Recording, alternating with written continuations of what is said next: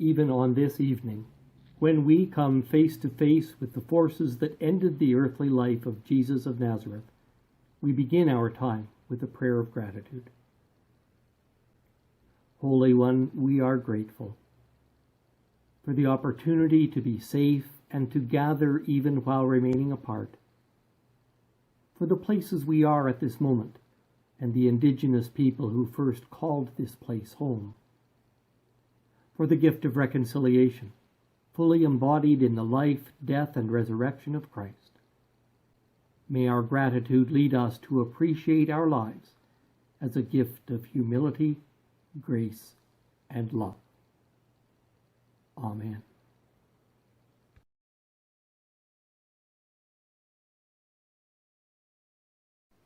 As Christians, each time we gather, we do so in the resurrection hope of Jesus Christ. Tonight, however, we revisit the day when hope would have been impossible to see, the day of crucifixion. Tonight you will hear 4 dramatic monologues, the first 3 written by members of our congregation, and will experience the extinguishing of candles that have been lit one by one throughout the season of Lent. At the end of the service, you are asked to hold silence for a few moments, to let the sanctity of this time find a place in you.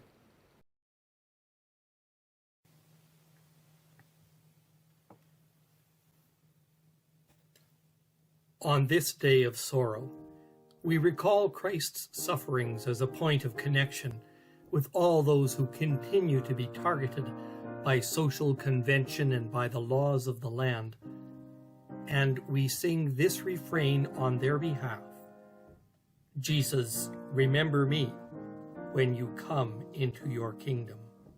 Jesus, remember me when you come into your kingdom.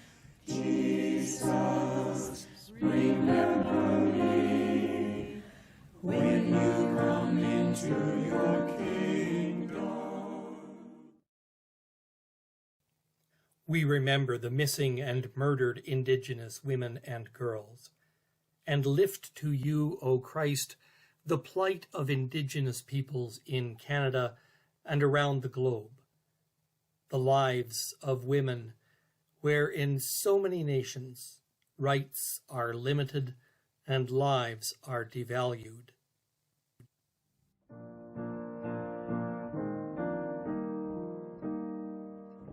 Jesus, remember me when you come into your kingdom. Jesus, remember me when you come into your kingdom.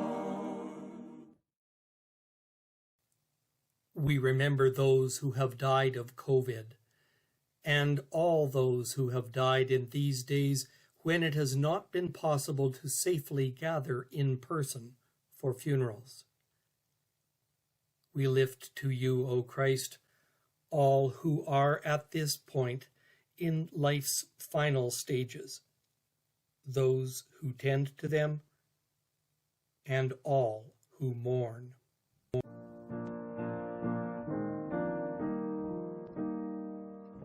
Jesus, remember me when you come into your kingdom.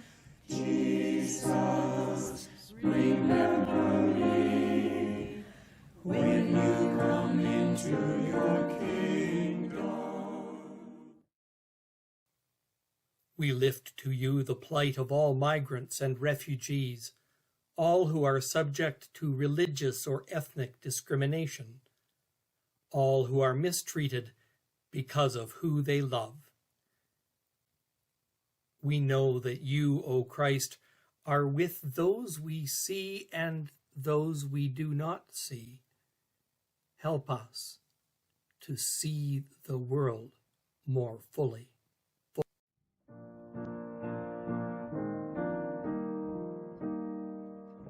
Jesus, remember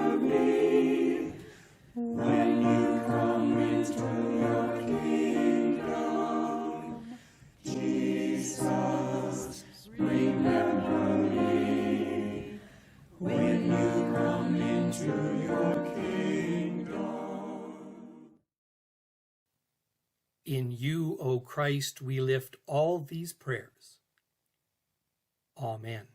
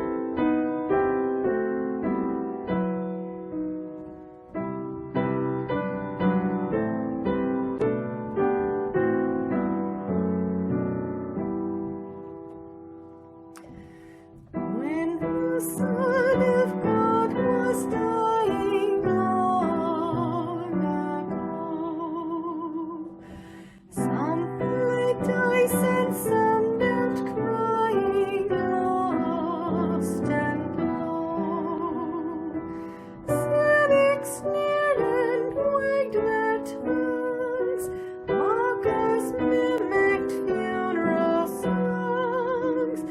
This while God's own Son was dying long ago. Crowds which once had cried Hosanna lost their voice, and had grinned to him Barabbas was their choice. Judas hung himself for blame, Peter hung his head in shame, while the crowds which cried Hosanna lost their voice.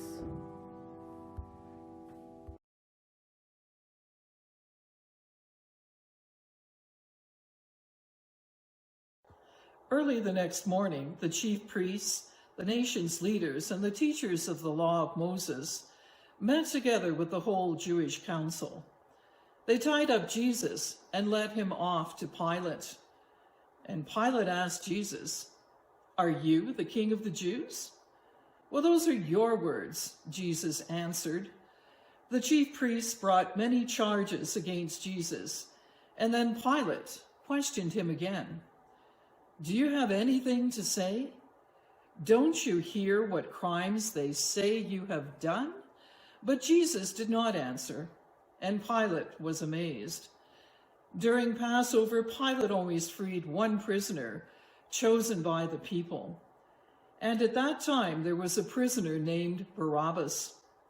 He and some others had been arrested for murder during a riot. And the crowd now came and asked Pilate to set a prisoner free, just as he usually did. And Pilate asked them, "Do you want me to free the king of the Jews?" And Pilate knew that the chief priests had brought Jesus to him because they were jealous. But the chief priests told the crowd to ask Pilate to free Barabbas. And then Pilate asked the crowd, "What do you want me to do with this man who you say is king of the Jews?" And they yelled, "Nail him to a cross." But Pilate asked, "What crime has he done?" "Nail him to a cross," they yelled even louder. Pilate wanted to please the crowd, so he set Barabbas free. Then he ordered his soldiers to beat Jesus with a whip and nail him to a cross. The soldiers led Jesus inside the courtyard of the fortress and called together the rest of the troops. They put a purple robe on him, and on his head they placed a crown that they had made out of thorn branches. They made fun of Jesus and shouted, "Hey, you king of the Jews!" Then they beat him on the head with a stick. They spit on him and knelt down and pretended to worship him. And when the soldiers had finished making fun of Jesus, they took off the purple robe. They put his own clothes back on him and led him off to be nailed to a cross.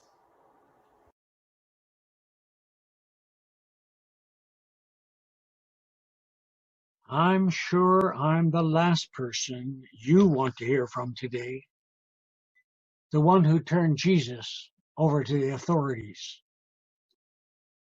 But I never imagined this would happen. 3 crucifixions today, including the one they mockingly call King Jesus.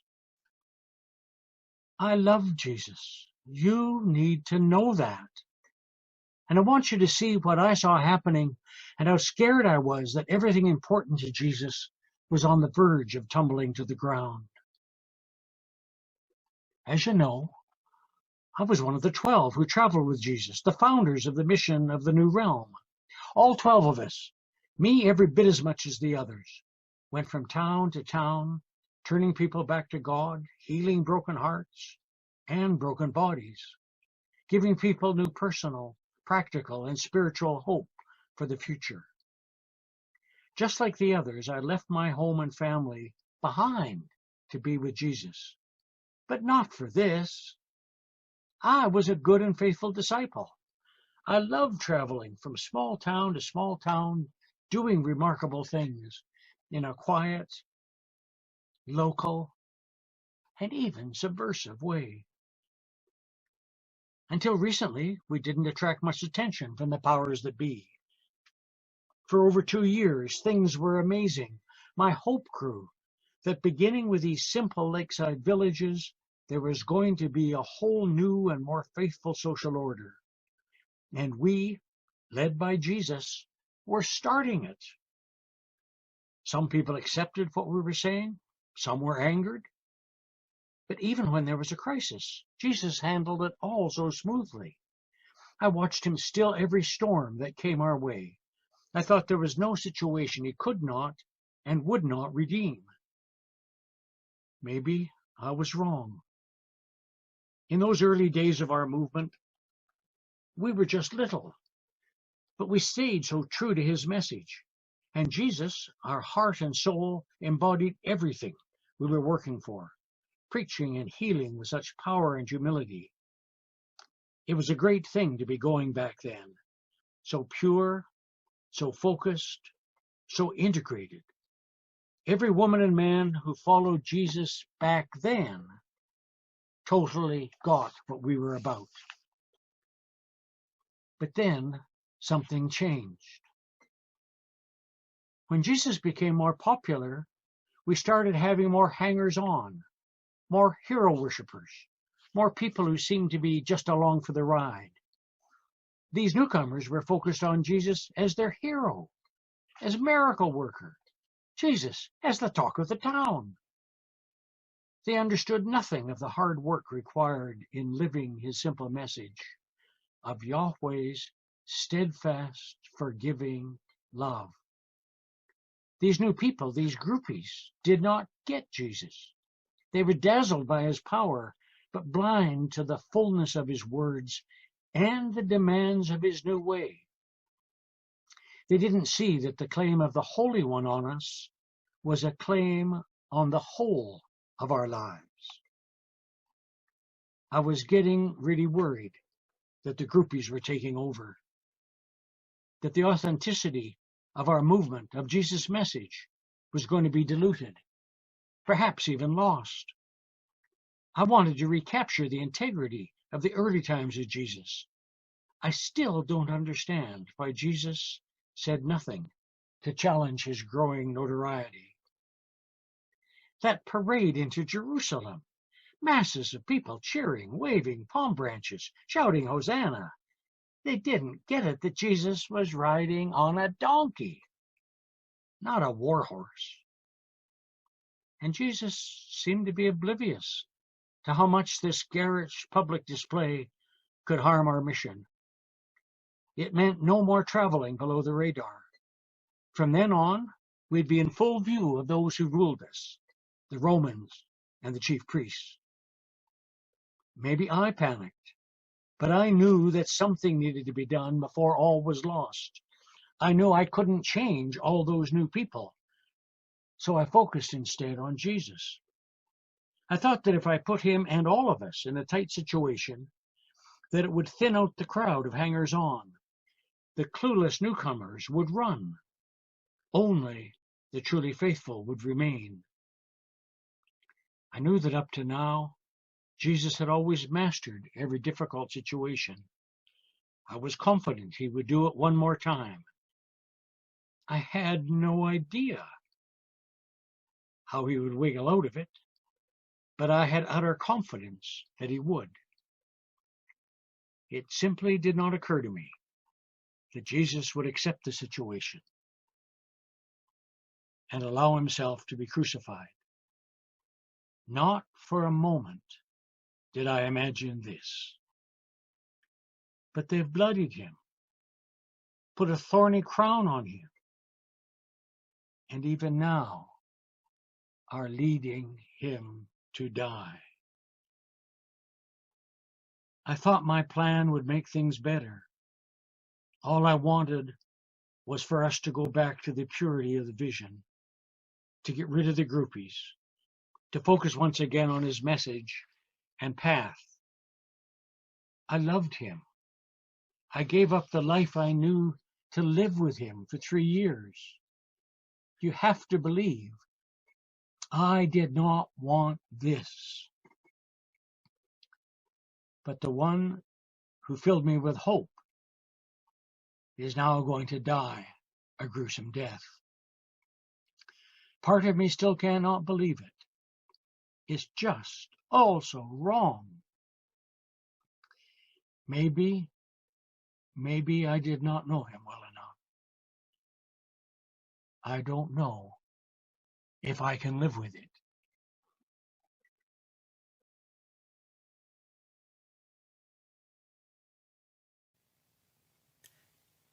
Each Sunday in Lent, one more candle has been lit to acknowledge ways of being that Jesus has called us away from in order to walk his path of love and life and light. This evening, those same candles will be gradually extinguished as those things we are called away from reassert themselves. As old concepts of power and faithless fear reassert themselves, the light is dimmed.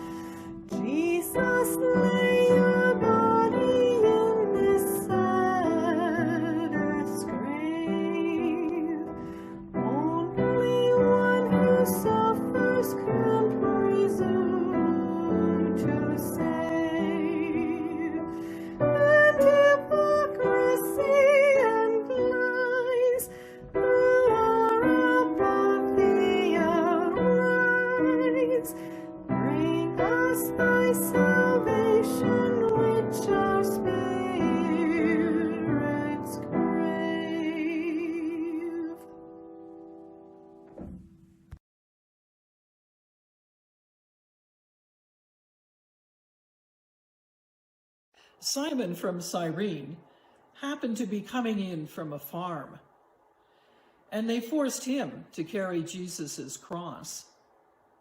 Simon was the father of Alexander and Rufus. The soldiers took Jesus to Golgotha, which means place of a skull. There they gave him some wine mixed with a drug to ease the pain, but Jesus refused to drink it. They nailed Jesus to a cross and gambled to see who would get his clothes. It was about 9 o'clock in the morning when they nailed him to the cross. On it was a sign that told why he was nailed there, and it read, "This is King of the Jews." The soldiers also nailed 2 criminals on crosses, one to the right of Jesus and the other to his left. People who passed by said terrible things about Jesus.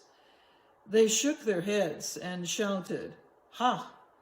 So you're the one who claimed you could tear down the temple and build it again in 3 days? Save yourself and come down from the cross." The chief priests and the teachers of the law of Moses also made fun of Jesus, and they said to each other, "He saved others, but he can't save himself.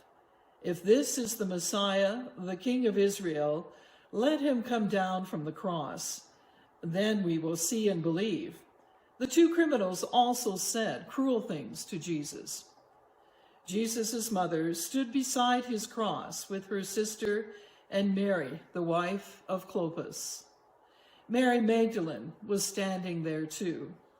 When Jesus saw his mother and his favorite disciple with her, he said to his mother, "This man is now your son."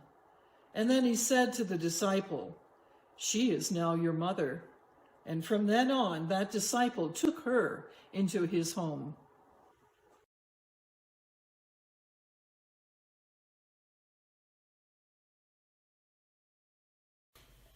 Beneath this cross, I feel bewildered, frustrated, angry, and numb inside and out. It is an extraordinary time and a nightmarish time.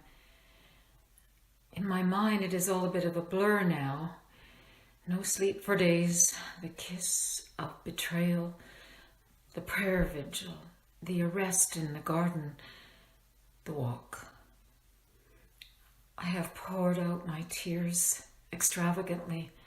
It feels like there's nothing left. I'm dry down the length of my bones, my heart aching in my chest, my hair damp and crusty with salty tears. Oh God, you have kept count of my tears. Put them in your bottle. Are they not in your record? In the streets, the people jeered at him, winced at his pain as if it was their own, felt the savage blows, but then they turn away to keep their own fear and guilt at bay. Stumbling beneath a great weight, his cries pierce my heart. And yet, in the midst of this suffering, his heart holds the road, and he looks over the crowd with love. I feel like screaming, my God, where are you? Where are you? If I was a God of mercy, I would have released him as he released me. I would carry his cross. I remember the first time I met him, his gaze kind and calm, his touch gentle, and the light in his eyes. I could sense that he saw me with different eyes, a spark of recognition. What he saw was the deepest part of me, which lay wounded and forgotten, hidden even from me. In that crucial moment, my whole being felt light, as if a treasure had been unlocked. My life had become miserable, a woman forced to be contained. I felt lost and alone, an outcast in my own community. But in that unforgettable moment, my world shifted. He saw me as worthy, wise, and powerful. Beloved, with this newfound realization and courage, I would have followed him to the ends of the earth.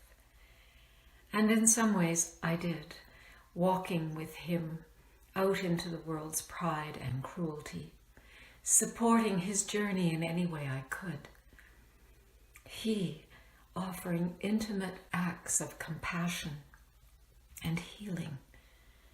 It was as if divine love was right there on the ground with us, and my soul took wing. He wasn't like the other rabbis, no litany of laws. All of us who followed felt so included and equal. It was like our hearts beat as one. We women were able to sit at his feet, listening to the stories, absorbing his deep, deep wisdom, as if finally we were awake from a long sleep. He spoke of love and kindness, calling us to a larger vision of truth. He spoke of suffering and death, even his own. Teacher, I love him deeply, and I know that he would become my friend. The air feels full. I sense the sky darkening. All who have come here to hold vigil with his suffering and the humiliation, clothes stripped away, arms outstretched, all laid bare. We watch, we weep, we wait together. I feel as though I have been laid bare, humiliated, wrapped in sorrow and shadow. I keep a watchful eye. I feel overwhelming love, even in all this inexplicable confusion. My grief turns to pure love, and a calmness settles. His arms outstretched, his hands that only ever offered healing, wounded now, blood falling into the rocky, cracked earth. He speaks. He speaks. I can barely hear his last words. And then comes the last breath. One by one, the crowd slips away. The women stay, and a few men. In the ways of our people, we will tend to his body and bless him. I can hardly bring myself to rise up and walk over to him and touch him. I can only be still. Let all stand still in silence and sorrow this day. Sun and moon, be still. Earth, be still. Heartbreak and grief, you will not pull me into a dark place forever. Peace I leave with you. Do not let your hearts be troubled. What I know is this path I have followed is not dead, not finished, not the final word. I will walk out again. My heart knows the way, but not now. I wait. Still, I wait. I am here.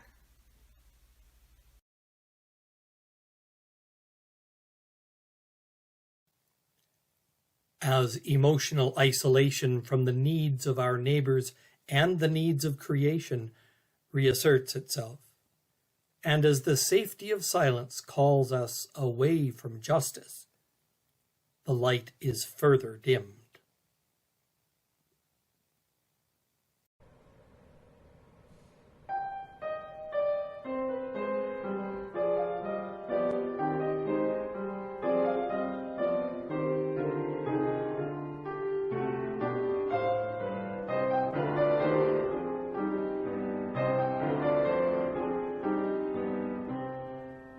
Be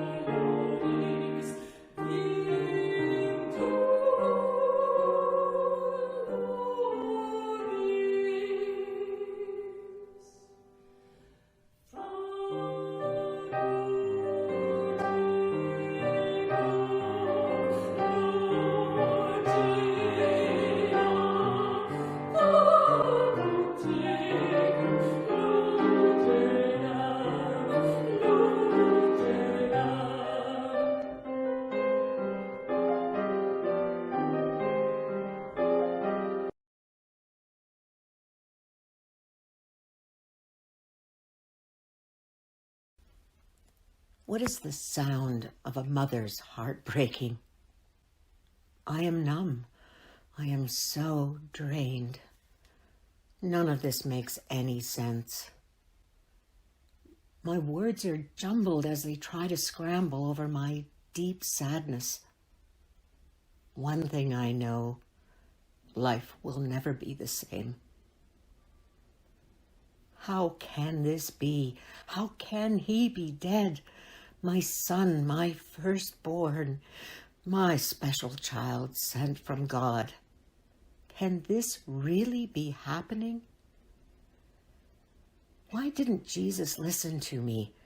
I know most of what I said went in one ear and out the other, but it sure seems like I was right about this dangerous path he was on. He was courting trouble with the scribes and Pharisees, challenging them like he did. Didn't he see that this was not the way to liberate us? What was he thinking? He never was one to listen, ever since he was a little boy. Jesus had a mind of his own, that's for sure.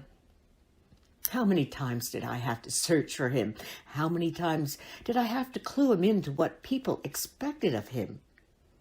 How many times did I try to protect him from himself? It's like he just didn't get it. Oh, he was such a delightful boy. How I treasure those moments of Jesus as a toddler and a little boy. He paddled around behind me as I tended to the house and to the other children. Oh, I love how he investigated things. He'd crouch down on his little legs like kids do. He was always carrying the animals around, looking after them, especially those who were sick or hurt. The times cradling him under the warm blankets were the ones I loved best. The other children were often still sleeping, and we would just wrap our arms around each other and talk about things. Like how fruit grew on trees. Why the moon hung in the morning sky. Why certain chickens got pecked by others. Why people died. Oh, how I wish I could have those days back.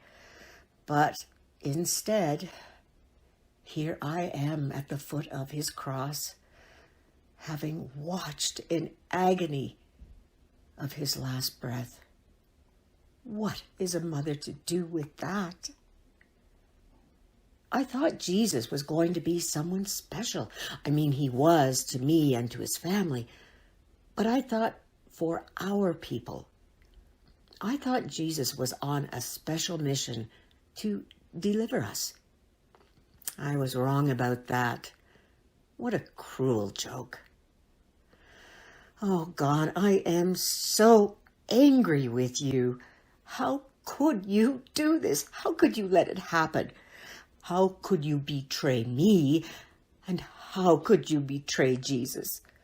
All those years ago when the angel visited me, when I was told that I would give birth to Jesus and that he would be great and he would be the Son of the Most High and he would reign over the house of Jacob forever. I believed it. And everything that came to pass, as the angel said, until now. What does this mean? We as a people have been yearning for deliverance forever, it seems. Jesus was to be the answer for those prayers and dreams. You promised. Did I not understand? Were you playing games with me? Was any of this true? Or is it true what some say, that you are not so powerful after all, that you cannot make good on your word? I raised Jesus to know that you had special plans for him. Maybe this is all my fault, planting some seed of fantasy in him that made him do crazy things, thinking he was immune to evil. What have I done? Have I failed you, or have you failed me? I question everything now, God. I felt so close to you when I was young. After the angel's visit, during my pregnancy, at the time of Jesus' birth, and as he was growing up, I really felt that you were there with us. Even when we had to escape Herod and were exiles in a foreign land, I felt like I was part of a bigger plan. I knew it wouldn't be easy, and it wasn't. Yet I felt such purpose. Those were special times. And then life happened. The kids grew up. They made their own decisions. They went on their own ways. They had plans of their own. It was all I could do was to hold on to a sense of purpose, especially about Jesus. I felt lost, left out of the loop. I didn't understand the paths Jesus was choosing. It didn't make sense to me. Maybe it was an illusion. Maybe you don't even exist. Are you real? Are you there? Who do I cry out to in my pain? That is all I feel now. Everything is black. The color of grief. There is no light. There will never be light again. They may as well bury me with Jesus. My dreams die with him. I am so confused, so alone, and so tired.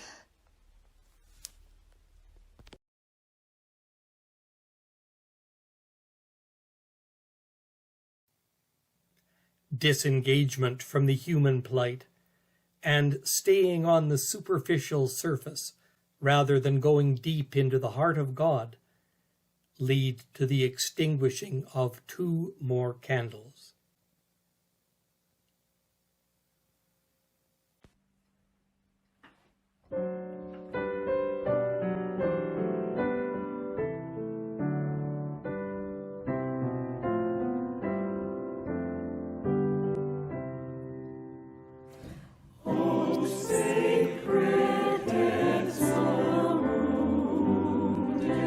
With grief and shame weighed down.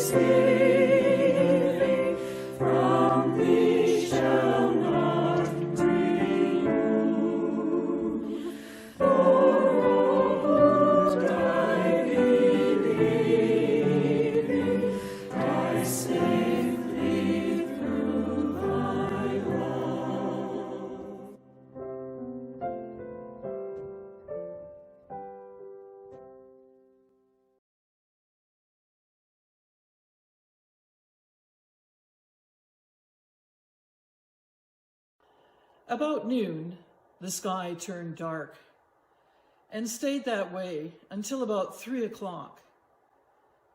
Then about that time, Jesus shouted, "Eloi, Eloi, lema sabachthani," which means, my God, why have you deserted me?"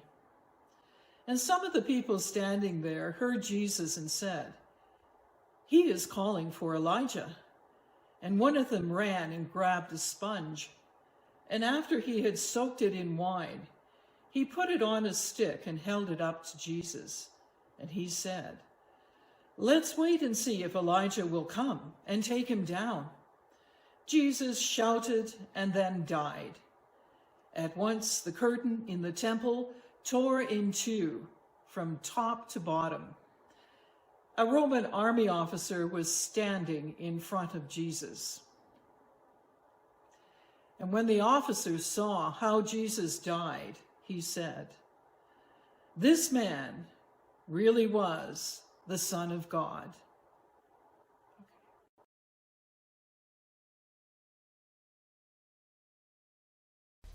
Move along, move along. It is finished. That's what he said. Fool, a weeping Jew. What kind of man is that, shaking from head to foot, wailing like all those fool women over there? Well, women weep, but men...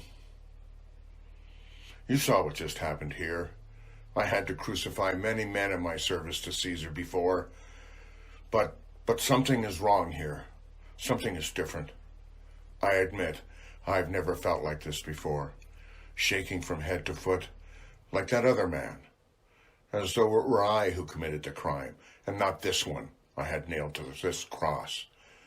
What kind of man is this, that when he dies, the very earth would quake, as though heaving in mourning and grief, that the sun itself would turn away its light, that a man such as I, a centurion of the mighty Roman legions, commander of over 100 men, a man of not small significance in Roman ranks, but educated in ways of strategy and decorum, whose very presence commands the respect of the common man, who has shamelessly and without regret crucified hundreds of men, that such as I should feel guilt, that such as I be overcome with fear? My heart is beating faster now than I've ever known in battle. My brow sweats. I panic. What kind of man is this whom I've killed? A criminal? A rebel? Yes, I was there. I saw the Jews led by those pompous, pious, self-righteous priests of theirs. I heard their accusations. "Crucify him! Crucify him!" they shouted, demanding the blood of this one called Jesus. I stood by and listened while Pilate questioned him. He didn't speak. He didn't defend himself at all. There seemed no crime in him worthy of death, and to be sure, I don't know what I saw any great criminal either. So what if he claimed to be a king? So what if he broke some obscure Jewish religious law? At worst, he was an ignorant madman. At best, he was... What kind of man was this, that these very people who moments ago laughed at him, mocked him, as he hung breathing his last, now cower in fear? Look at their faces.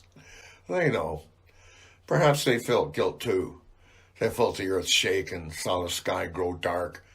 They can see there's clearly something different about this man they've killed. Someone like any other hung on a cross. But does it touch them? Will it matter? Does anything matter?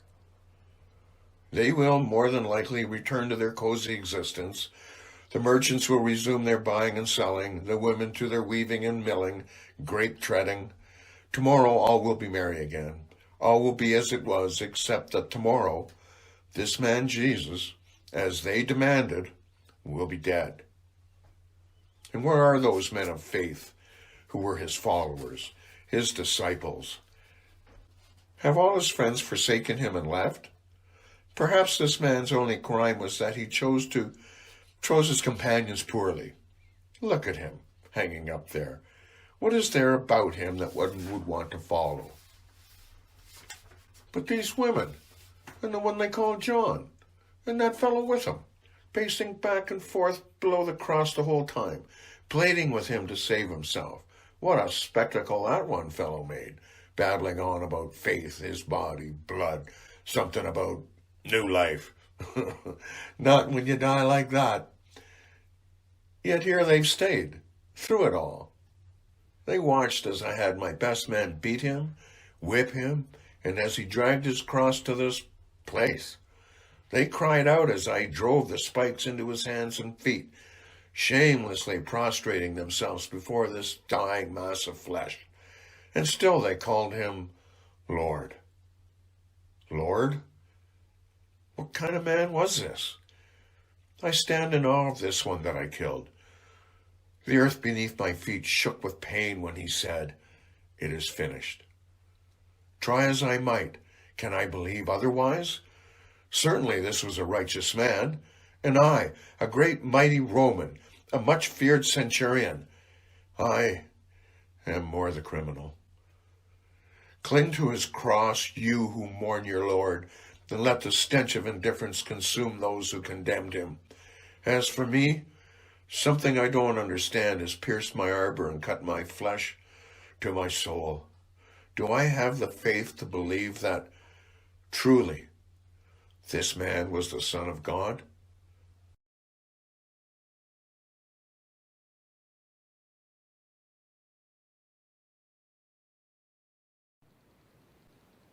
Once more, let us pray. In all times and all places, O God, we need to know your loving presence.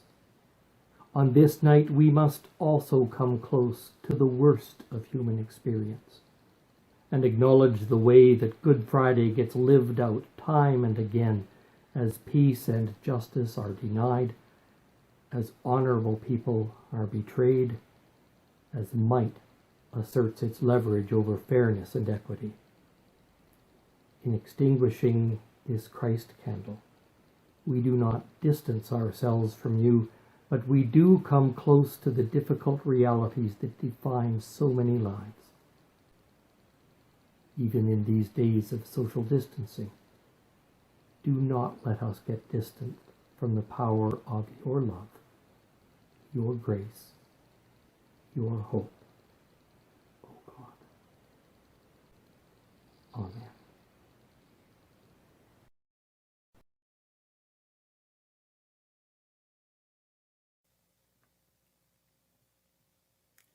These are the hardest words of Good Friday. It is finished.